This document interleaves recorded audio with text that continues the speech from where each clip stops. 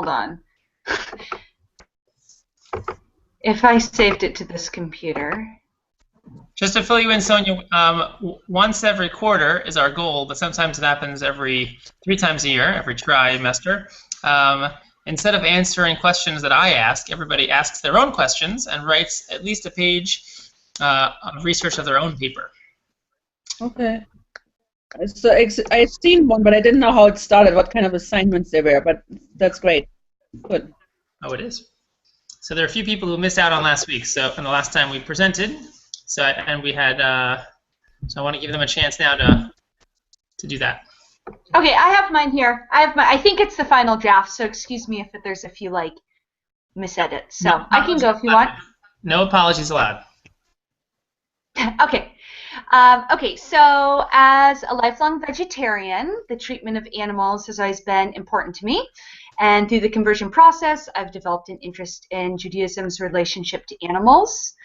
Throughout history, Judaism has stressed the proper treatment of animals, the concept of tsar balei hayim, or suffering of animals, demands that we take animal suffering seriously, and that anytime we use animals for our benefit, we must avoid causing them undue pain.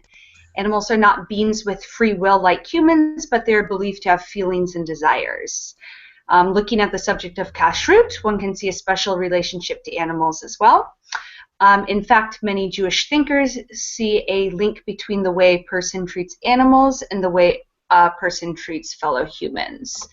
In fact, Nachmanides writes, "For cruelty towards animals then spreads into the soul of man and expresses itself towards people as well." In the first chapters of the Torah, there's an established connections between humans and animals. Animals were created, and then Adam and Eve. Man was created in God's image, and God said, "Behold, I have given you every herb-yielding seed which is upon the face of the earth, and every tree in which is the fruit of a tree-yielding seed. To you it shall be food." And so it's thought that in the beginning, man did not kill animals for food. The 15th century rabbi Yosef Albo believed that the original and ideal plan was that man should refrain from killing and eating meat because of its cruelty. However, after surviving the flood, Noah leaves the ark, and God says, "Every moving thing that lives shall be yours to eat, like the green vegetation. I have given you everything." So after that, humans' diets include meat, in part so that the special sanctity of man, created in God's image, would be more appreciated.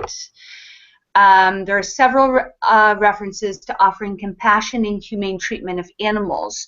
The Torah states in Exodus, 6 days shall you do your tasks, and on the 7th day rest, in order that your ox and donkey shall rest. As well as, if you see even your enemy's donkey struggling under a load, don't refrain from helping him.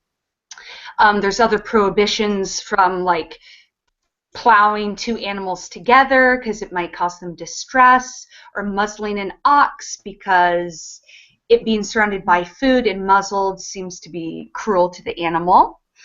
And in the Talmud, the rabbis further dictated that a person may not purchase an animal unless he has made provisions to feed it, and a person must feed his animals before he feeds himself. Through these commandments, we can see that it is more than simply avoiding cruelty, but actively taking measures to ensure an animal's comfort. With regards to kashrut, one sees even more of an emphasis on the humane treatment of animals. In Deuteronomy, it describes the commandment to slaughter animals before eating them, therefore causing minimal suffering. The slaughtering is designed to be as fast and painless as possible. In fact, according to Rabbi Cook, the complexity of these laws were intended to discourage the consumption of meat. Additionally, there's a commandment to send away the mother bird before taking the eggs for your use, thereby partially alleviating the mother bird's distress. However, it should be noted that I found that in some sources this only applies to animals belonging to a Jew who keeps Shabbos. In kosher, slaughter is only required of animals for consumption, but not for leather or fur, which I thought was interesting, because then in theory one wouldn't even need to use kosher slaughter techniques when slaughtering an animal to get its leather to make tefillin. So that's something that I kind of have questions about. So with this discussion of Tsar Balei Haim, is it then considered more ideal for a Jew to be vegetarian? Some believe that following a vegetarian diet is implied in the Torah, and scholars such as Joseph Albo and Isaac Arama regarded it as a moral ideal out of concern for both the animal and the slaughterer.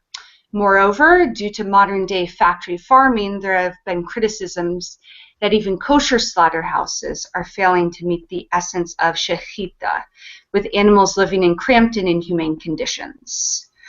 So with all this talk of minimizing suffering and treating animals humanely, then why are we causing any suffering at all? Is it enough to prohibit unnecessary pain, or should we be working towards preventing any pain? However, God did allow man to eat meat, so does this overrule everything else? Sages and many rabbis maintain that one must eat meat so as to separate oneself from boars.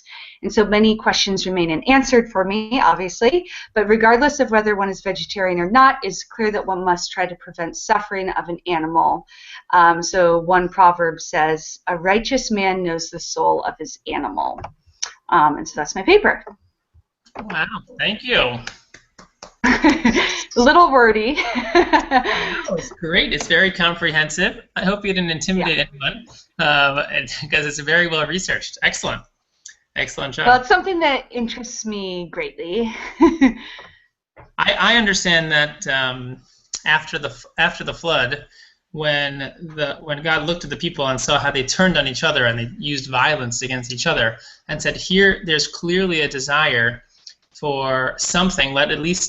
Let's turn this outlet into something that is more productive or more constructive in a way that wouldn't be violent towards other human beings, and therefore allowed."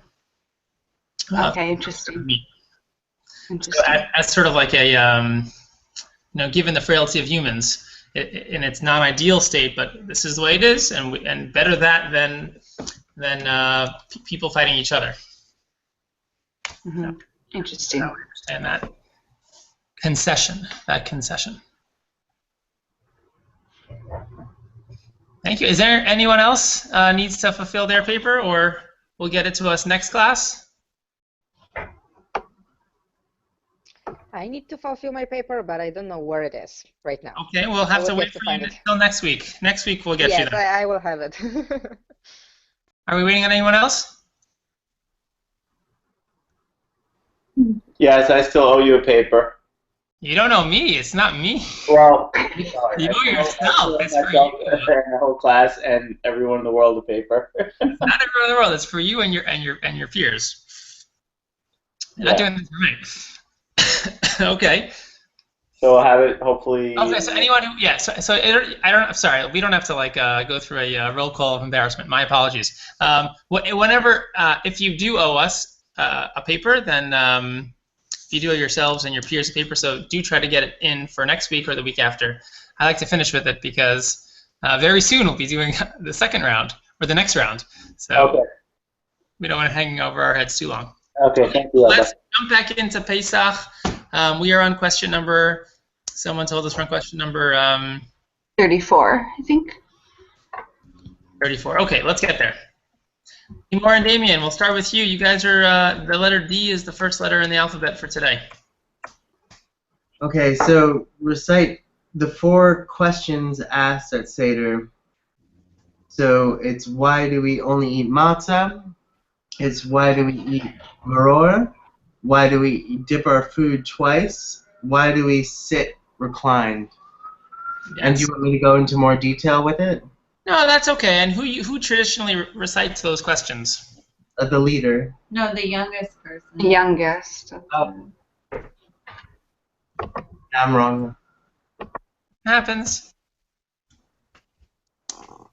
But the leader can recite it, though. But it's often the youngest, if they're not too shy.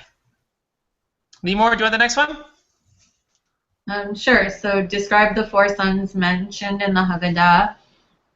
1 smart, 1 wicked, 1 simple, and 1 too young to ask questions.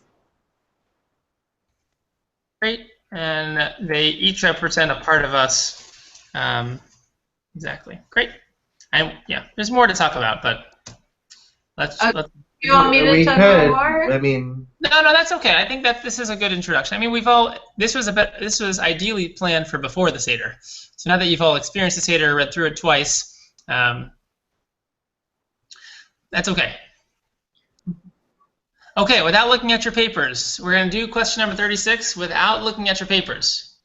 Let us collect the 10 plagues. No cheating. What are they? All together. Blood. blood, Boy. Love, frogs, Kinim, Hail, Lights. Arvin. and the firstborn child, That's 10. Locusts. and then there's boils. Boils, right. Animal. Oh yeah, wild beasts. The animals. Did we have darkness? Yeah. Darkness. Pestilence. I forget what the Hebrew. Blood. We did them all. Okay. Blood. They did. Yep. Blood, frogs, lice, wild animals, pestilence, boils, hail, locust, darkness, and the first death of the firstborn. Great. Oh, who is our firstborn? Did anyone fast on Erev Pesach, or did you find your Seder? Did you find your Siyum, I should say? Well, you give me. I had myself a Siyum. I did kind of fast, but you didn't give me the answer of whether or not I was the firstborn because my brother is older than me, but was born with my father. Oh, right. That's right. I had to get back to you on that one. So, yeah, send me an email so I can remember. Yes. Okay. Which three things, Dan and Shayna?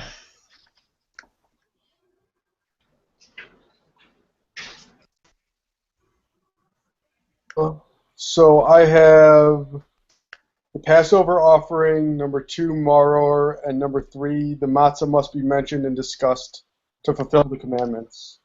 Great. Those are the 3 I have. Yep. Shayna, take the next one. 39, 38. When do we do? On the Shabbos before Pesach. Not before Pesach. Throughout Pesach. During it. Yeah, the Shabbos usually it's during Chol HaMoed, but this year we don't have a Chol HaMoed. So when are we reading? When did we or when will we read Shir HaShirim? This coming weekend? This coming Shabbos. Exactly. And if you're Sephardic, Gabe, do you read Shir HaShirim on Pesach? We read it on Shabbat. You don't read it on Pesach. You don't read the book of Ruth on Shavuot. You don't read the book of Kohelet on Sukkot. This is strictly an Ashkenazi custom. Shir HaShirim, however, is read every single Friday. Right, but by both, right? By Sephardic and Ashkenaz. Well, Ashkenazim don't really read Shir HaShirim on Shabbos. Oh, really? Yeah, no. Just Sephardic. It's a Friday night thing, right? Yeah, but it's mostly Sephardic customs. Ashkenaz, no, I don't think I've ever been in an Ashkenazi shul where they took the time to read all 12 chapters, or any chapters for that. And so you'll find it in the Siddur every now and then, but they don't read it communally like they do in the Sephardic shuls. Uh-huh. Okay, Emily. Okay. After Shir HaShirim, the Tal prayer. Which one you want? Wait. Oh, am I muted? No, I'm not muted, right? Okay. That's where we are. The Tal. Yep. Okay. So it's during from the first day of Pesach until Shemoneh Atzeret, we substitute the passage Morid Hatal for Mashiv Haruach Umorid Hageshem. So he brings the dew rather than the rain. Yeah. That's pretty much what I got. There's a special Tal prayer that's said on the Musaf of the first day of Oh, is that different from that? Well, because once we start introducing the Tal prayer, then not only do we stop saying Mashiv Haruach Omer Geshem, but we also stop saying V'tein Tal Umatar Levracha. Does anyone Isn't know? that the next question? Yes. It is the next question. Oops. Yes. Just didn't want you to give it away. Yes, that's true. That is true. Just one note in what you said is that so for Sephardic communities and for Ashkenazi communities who pray Nusach Sfard, they would insert Morid Atal. But your standard Ashkenazi communities who pray Nusach Ashkenaz, they do not say Morid Atal, unless they live in Israel. What do they say? They say nothing. They just omit the Mashiv HaRuach, Morid Geshem. So to give you a sense of what I'm talking about, so the Ashkenazi and Sephardi communities, though they lived together many, many years ago, they eventually separated and customs developed. However, there was a time when the Ashkenazi, certain portions of the Ashkenazi community felt that the Sephardic text were a little more authentic or perhaps more Kabbalistically oriented, and therefore wanted to alter some of the prayers and the way they prayed to follow the Sephardic customs. Now, it's really Ashkenazi. It's much, much closer to Ashkenazi than it is to Sephardi, but we call it Nusach Sfard because there are Sephardic influences. So it's quite Ashkenazi. You're still cooking Ashkenazi food, let's say, even if you add a little curry. It's not going to be Indian food just because you add a little curry to your matzah balls. So do you hear what I'm saying? So it's mostly Ashkenazi, except we call it Nusach Sfard because of certain customs that the Ashkenazim took from the Sephardim. And it's often Hasidim who did this. So Chabad do this, a lot of Hasidim pray that way because they're more Kabbalistically oriented in some ways. So they add Morid Atal, whereas most Ashkenazim who pray Nusach Ashkenaz do not say Morid Atal. Oh, that's why I got it from Chabad. Oh, yes. Yeah. So Chabad would promote it that way. Indeed. Okay, number 40, Greg and Carrie. Oh, didn't we just answer that? Not exactly. Okay, so when do we stop? We stop saying it on the first day of Pesach. And what happens then? We say the prayer for Tal for dew instead. So, and what happens if you forget? Like, how does that work? If you forget, do you have to repeat Shemona Esrei? Is that the question? Yeah, sure. Why not? No, that wasn't the question. That's my question. Oh. Okay. Then. Do you know? Because it's not on the list. But I don't think you do. I don't know. You do. I was going to say you do. Okay. You do. It's very challenging. It's extremely challenging to pray this week. This week, the Amidah is very hard because we've been saying it for all our lives, 3 times a day, over and over and over again. So it's very easy to get into a rhythm. But there are so many possibilities of messing up that would require repeating everything. So you start it off and you say, Mashiv Haruach Omer Geshem, bam, problem. You have to go back to the Atah Gibor, or if you went too far, you got to go back to the beginning of the Amidah. You can't pray for rain if it's not the season for rain, because rain at the wrong time would be very damaging. But wouldn't it be, so I guess I'm having a problem of omission versus about commission, like the idea that we are undoing something by repeating it without the statement doesn't really take away the fact that it has been said. Well, it does if we're going to go back and say the whole thing. We're essentially saying, please ignore everything that I just said. It is erroneous, and we are deleting it. It's essentially putting the backspace on everything that you just did because you're starting over. Okay. And then again, in Barei Chaleinu, in the middle of the Amidah, you could mess up because you've been so used to saying V'tein Tal Umatar since last Sukkot. It's so easy to say that. and we need to say V'tein bracha. And if we mess up, we got to go back to back to Baruch Aleinu. And then, what's the next addition that we might mess up on? Anyone know? During this week specifically? Ragi versus meat. No. Hallel? No, during the Amidah. Oh.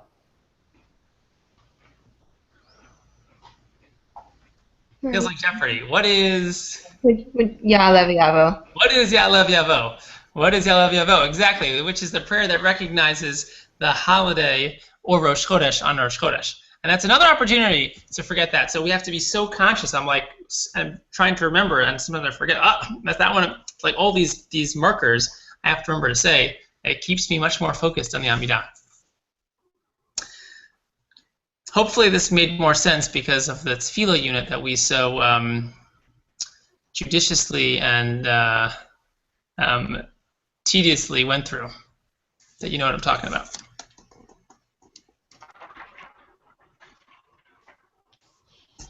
Okay, next question.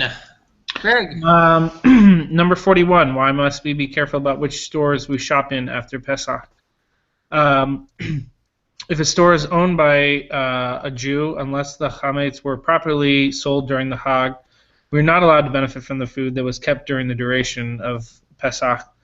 But by Shavuot, you probably can assume that all the old stock is cleared out. Instead, we shop in stores that are non-Jewish owned or Jewish stores that sold and properly disposed of their chametz. Right, exactly. No one can get benefit from it. Trader Joe's, by the way, owned by non-Jews. Yay. Yay. I'm telling you, Jews, we can't survive without non-Jews. Bob, I have a question. What about key food? It's owned by Jews, right? Key food could be problematic. There are questions about key food because the problem is that here's the problem. If you sell your chametz but then keep your stores open and act as if nothing changed, and then you take all your profits on selling the chametz that someone else really owns, but you keep the money, well, what kind of sale is that? That sounds like not a real sale. So it's something that I've asked in the past at the OU who know a little bit. So sometimes I think they've done it right, and sometimes they've not done it so right. That's why I like shopping at Trader Joe's. Right. Okay.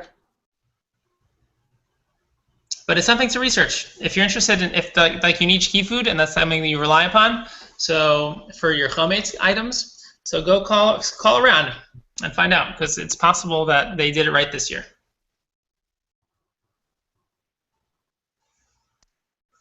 Marva, you want the next one? Sure. So you begin counting the Omar the second night of Pesach?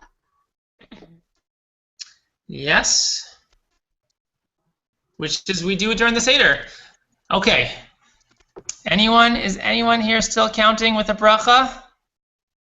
Anyone holding on so far? I can't see if anyone's holding their hands up. Day 5. Run 5. Well, you can't say it yet. Don't say it yet unless you already counted, because then you can't count for today because you've already counted. Day 5. No.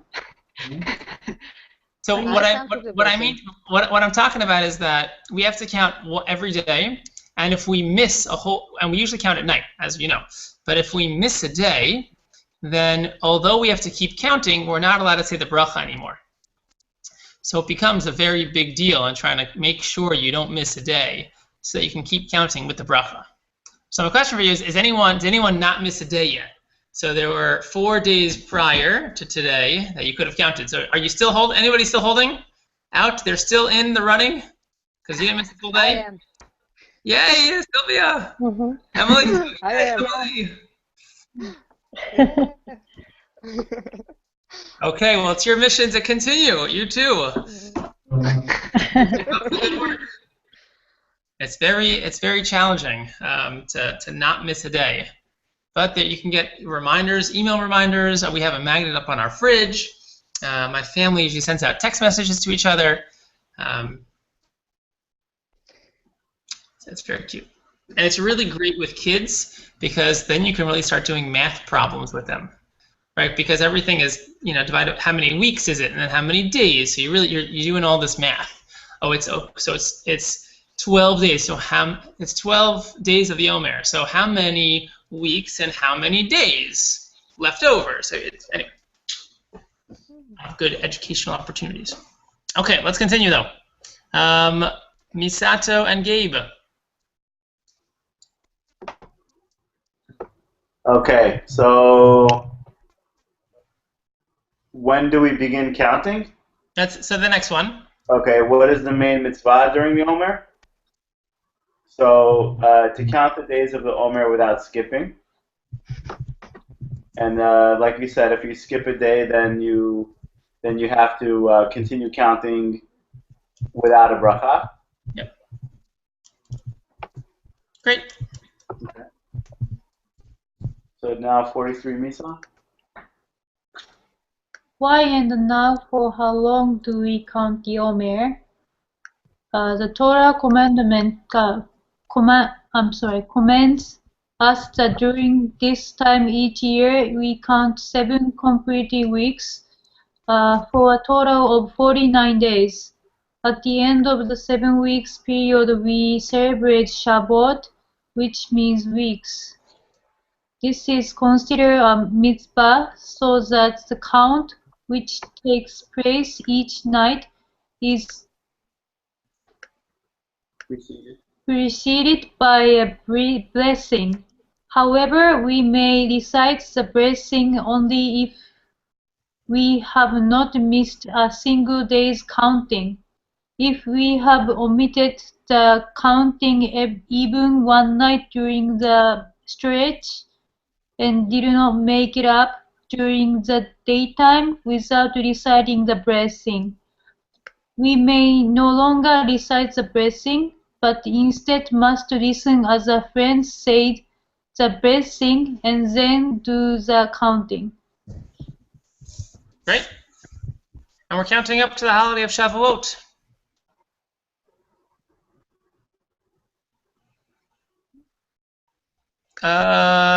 Sonia, did I send you these questions, Sonia? No. Okay, No. so I was going to ask you. We will pass over you. Funny. Yeah. Oh yeah, you're up.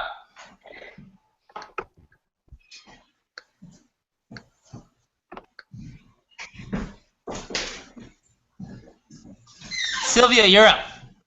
Yes, so 45, the Omer days are also considered a time of mourning. Why? It is to commemorate a plague that killed 12,000 pairs of students of Rabbi Akiva, who, the Talmud says, did not honor one another properly. So I think that's the answer, because if I say more, that would be the answer for the next question. Okay, so that's the problem with these questions, right? Damien and Limor, back to you. So first I want to say for Sonia, this is something, oh, I'm getting elbowed. Okay. So first I wanted to say to Sonia, this is like a great introductory way to understand everything that we're doing. And we're 2 months in, and I've really enjoyed. First month was hard. Second month has become a little bit more understandable. And then once you get these papers and everything in front of you, you're going to be able to read what you need to and understand what you need to, and then it becomes fun. So that's all I wanted to say. But 45. I appreciate it. So it's the Omar days are also considered a time of mourning, and why? No, she just did that. Oh no, sorry. Why do we refrain from doing? What do we refrain from doing during the Omar period? So I got my hair cut earlier. You don't cut your hair. You do not until the Omar. You do not have during the Omar.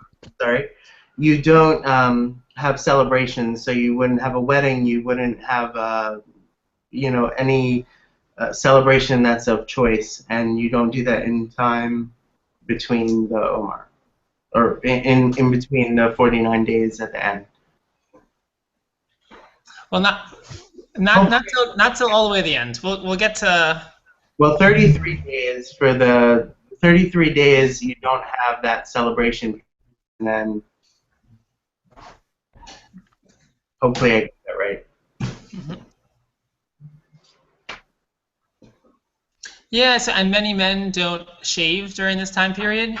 Although there's a lot of halachic discussions about whether or not that would count. I try not to shave during this time period. You'll see me growing out my beard for the next 33 days. What else do we not do? Oftentimes we don't listen to music or don't go to concerts. We try to refrain from doing, like Damien said, truly celebratory things. So weddings or engagement parties are usually out of the question. Like a kid's birthday party would be a different story. When, God willing, you have kids and they're born during the Omer. I actually was born during the Omer. So for my bar mitzvah, we pushed because I was born on the 11th of Iyar, which is smack in the middle of the Omer. And so we pushed my bar mitzvah off until Memorial Day weekend. But whenever, God willing, you plan a wedding, don't plan it during the Omer. Bad idea. Halls are really cheap then, but they're cheap for a reason. At least the Jewish places.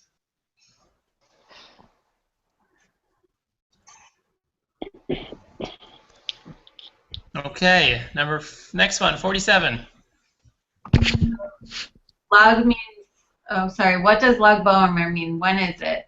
Lag means 33. On the 33rd day of the Omer, the 18th of Iyar, we stop mourning in commemoration of a break in the plague in the lifetime of Rabbi Akiva. Exactly, and then we can resume doing those fun things. So we can have weddings, we can shave, we can listen to live music again, go to concerts, all that kind of stuff. All then becomes back on track for us. Now, anyone know what the Sephardic custom is for when they end? No.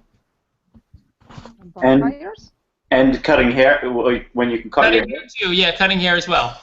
Lag BaOmer, you can cut your hair. What'd you say? On Lag BaOmer. Say that first word again. Lag. Lag. So that's for Ashkenazim. Sephardim hold Lad BaOmer.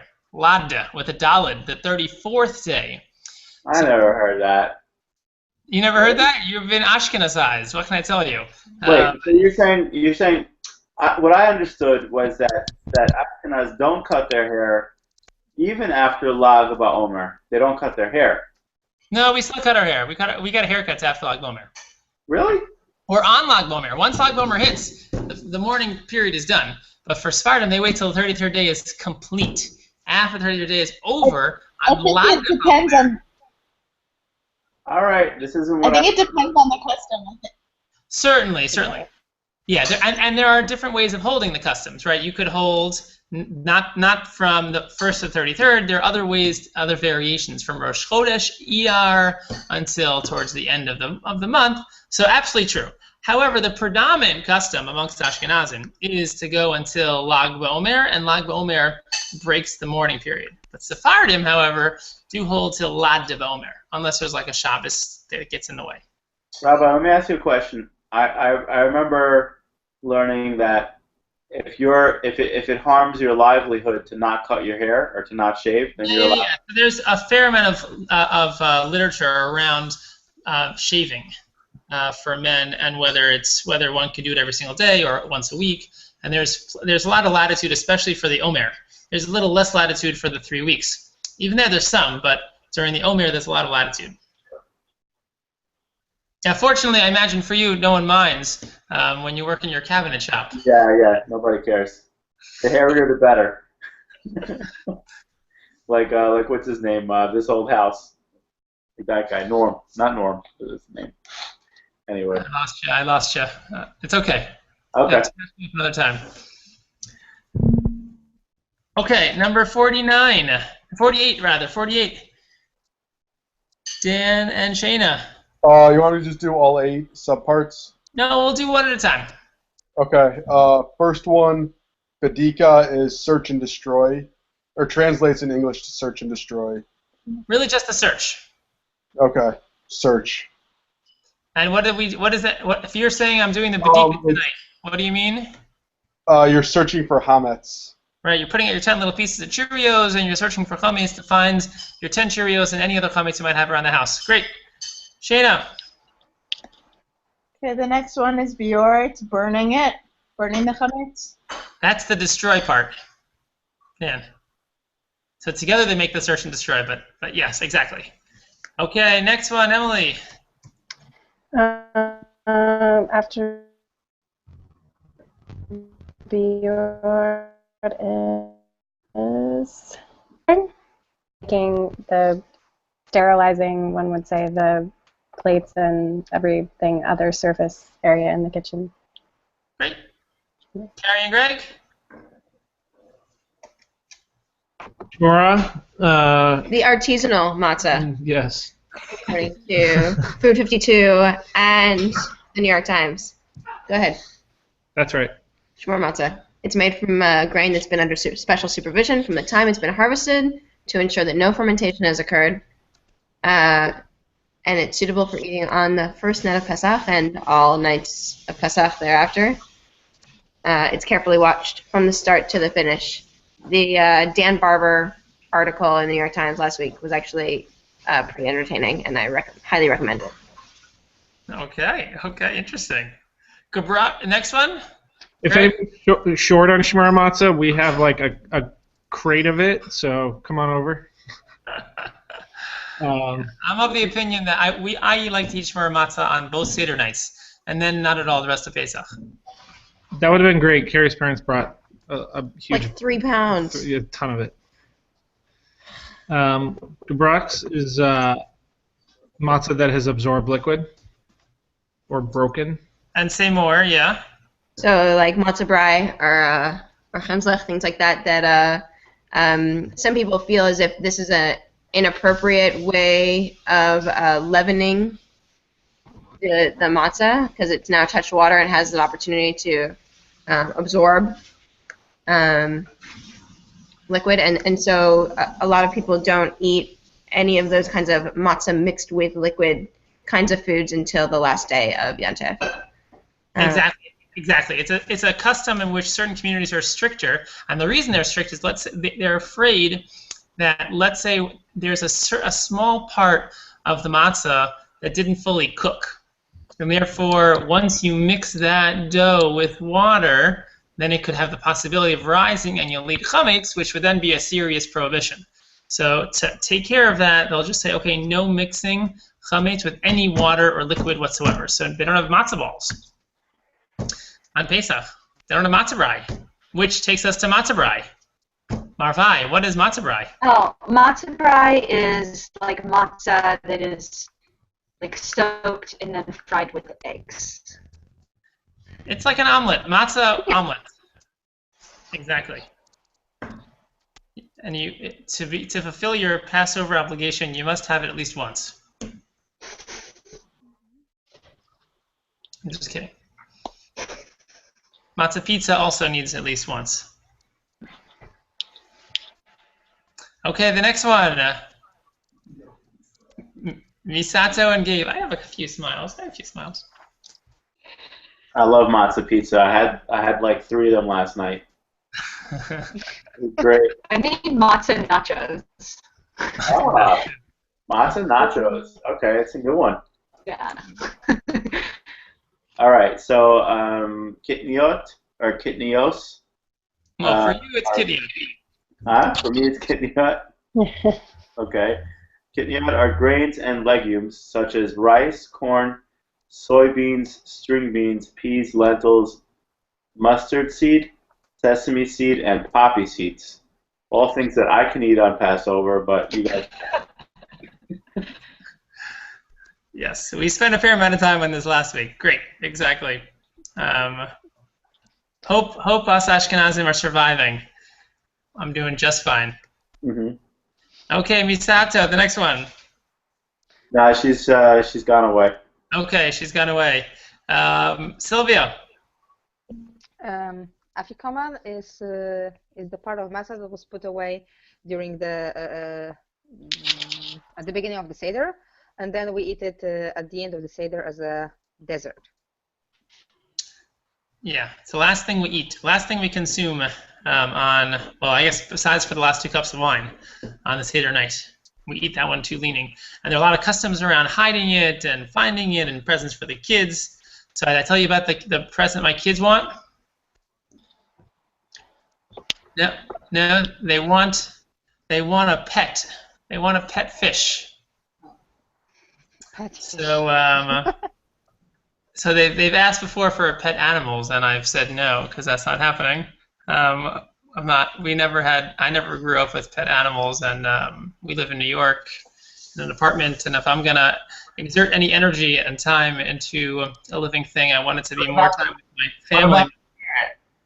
What? What about the parrot? The parrot. I feel Sorry.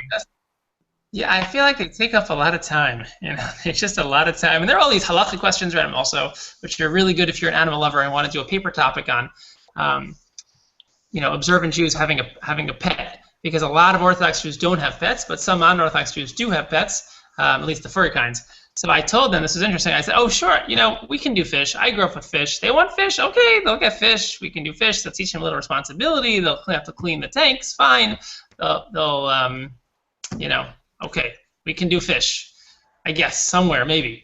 And then I said, fine, after Yontif. And then I said, not after Yontif. We're going to wait until after Pesach, because after Yontif, then I have to worry about finding kosher for Passover fish food. And I don't want to have to worry about kosher for Passover fish food.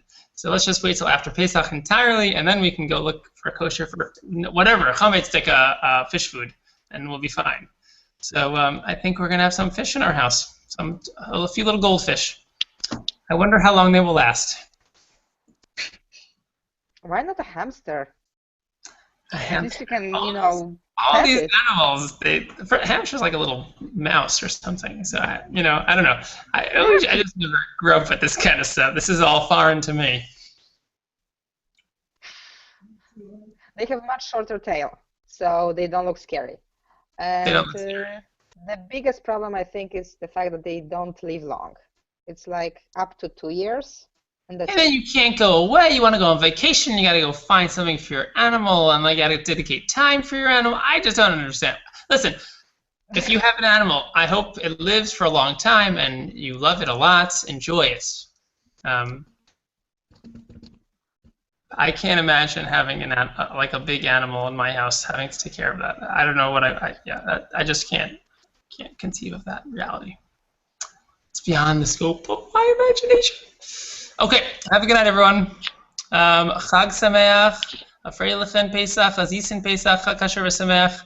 Enjoy the last few days, and I wish you all luck with the transferring back all your chametz materials and back over. And it's a little easier to go from Pesach to chametz than it is from chametz to Pesach, but it's still not nothing. You took out all your plates and your pans and your cups and whatnot, and you're going to put them back in the box and bring everything back. It's not so simple. So I wish you all a smooth transition into the chametz tikka world.